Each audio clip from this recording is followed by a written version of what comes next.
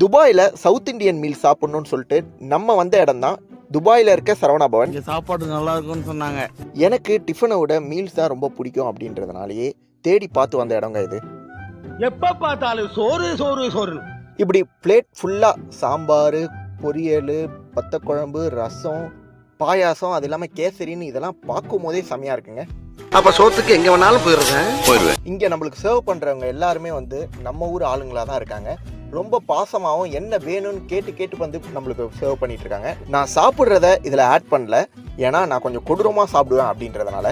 அப்படியே நம்ம ஊர் சரவணா பவனில் சாப்பிட்டா மாதிரியே ஒரு டேஸ்ட் இருந்தது. அது மட்டும் இல்லாமல் அங்கே அப்படியே அந்த லொக்கேஷனுங்க எப்படி இருக்குன்னு பார்த்தீங்களா, செமையாக இருக்குல்ல. உள்ள கிறிஸ்மஸ் நியூ இயர்க்கான டெக்கரேஷன்ஸ்லாம் பண்ணியிருந்தாங்க. அது மட்டும் இல்லாமல் குழந்தைகள் விளையாடுறதுக்காக இந்த பொம்மை எடுக்கிற இது மிஷின் வச்சுருந்தாங்க. நாங்களும் ட்ரை பண்ணோம், பட் எடுக்க முடியல. கூடிய சீக்கிரமே அழகாக சாப்பிட்ற அளவுக்கு கற்றுக்கிட்டு அடுத்த வீடியோவில் உங்களை வந்து மீட் பண்ணுறேன்.